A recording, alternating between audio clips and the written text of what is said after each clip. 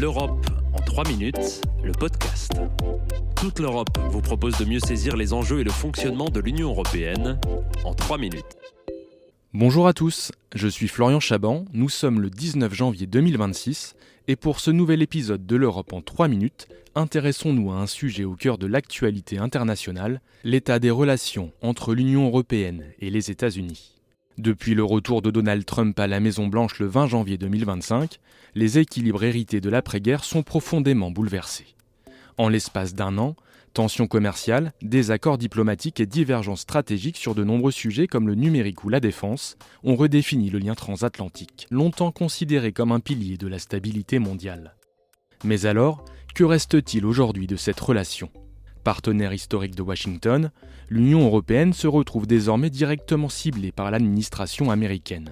La publication en décembre 2025 de la nouvelle stratégie de défense nationale des États-Unis marque une rupture claire. L'Europe n'y apparaît plus comme un allié naturel, mais comme un acteur dont la trajectoire doit être corrigée.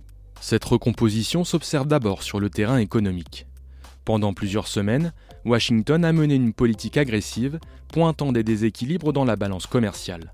Si la Chine reste la cible principale, l'Union européenne est largement visée.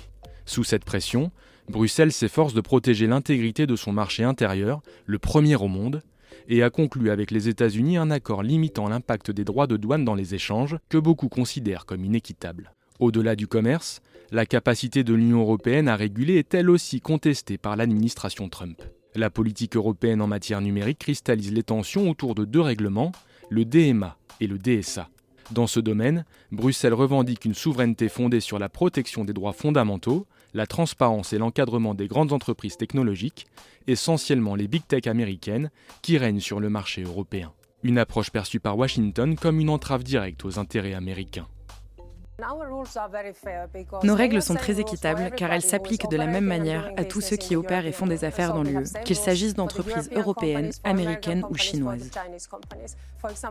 Tout ce qui est illégal dans nos sociétés au sein de l'UE est également illégal dans notre monde en ligne. Vous venez d'entendre la vice-présidente exécutive de la Commission européenne en charge de la sécurité et de la souveraineté technologique, Henna Virkkunen.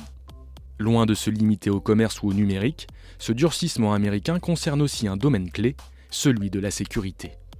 Les critiques répétées de Donald Trump contre l'OTAN et les pays européens jugés trop dépendants des États-Unis ont agi comme un électrochoc.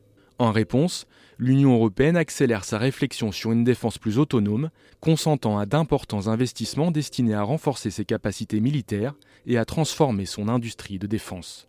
D'autres dossiers viennent encore compliquer cette relation, à commencer par le Groenland, territoire autonome mais rattaché au royaume du Danemark, au cœur de nouvelles ambitions territoriales américaines.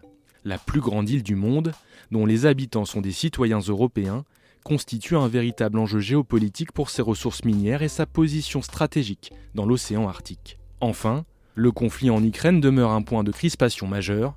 Si l'Union européenne soutient activement Kiev, elle peine à s'imposer comme un acteur dans les négociations de paix, largement dominé par les États-Unis.